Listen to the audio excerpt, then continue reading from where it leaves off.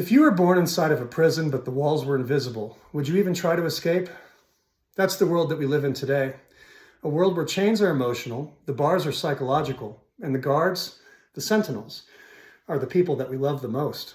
And the genius of it is this: none of them even know that they were recruited. This is not a matrix made of metal wires and glowing screens. It's a social, spiritual prison built from beliefs, constructed from words, reinforced by holiday rituals, and policed by fear.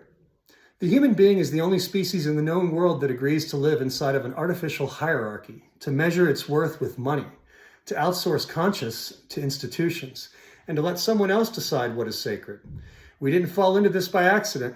We were trained. The recruitment starts early, long before you knew you were alive. A parent whispers with love, "Be realistic, dreams don't feed you." That's the net of money snaring a soul before it can even fly. A teacher tells you, "Don't question the curriculum, just memorize it." That is the net of obedience conditioning you to outsource truth. A pastor claims faith means surrender. Do not ask why, just submit. That is the net of intermediary authority, teaching you that power lies outside of you and never within. No one intends harm, of course. They're just simply running software they themselves were infected with. Think back to a moment when you shared a truth that you discovered recently, and someone that you trusted snapped back at you with anger. Not because they understood what you said, but because the programming inside them felt threatened. You question Christmas, they defend the economy. You question belief, they defend our institutions. You claim the soul is sovereign, they quote a textbook or a preacher. They are protecting a system, thinking that they're protecting you.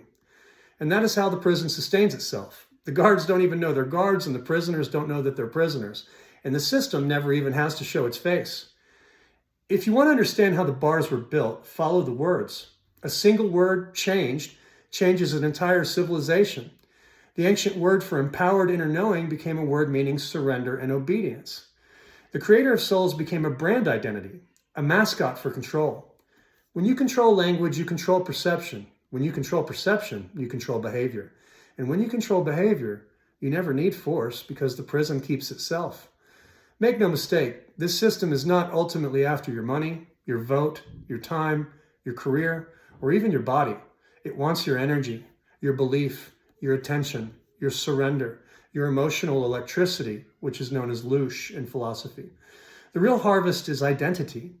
The moment that you believe that you are small, powerless, dependent, or unworthy, the prison has already won. So how do you escape? You don't need a rebellion. You don't need permission. You don't need anger. And you don't need to convince a single person. You only need one thing: consciousness. Freedom begins the moment you ask, who benefits if I stay asleep? And if something in you just sparked, if you feel the walls trembling, then understand you were never meant to be a prison guard. You were never meant to be a prisoner. You were born as a sovereign soul in a world terrified of people who remember that. Stay here, because this is where the walls finally start to crack. If this message stirred something in you, you're not alone. Subscribe, stay awake, and let the false light fall. I'm the author of the new book, Christ is Belial, The Fraud That Reset Time. It's a short book, less than 100 pages, and it will change your life and it will change your environment if you invest the time. Thank you very much.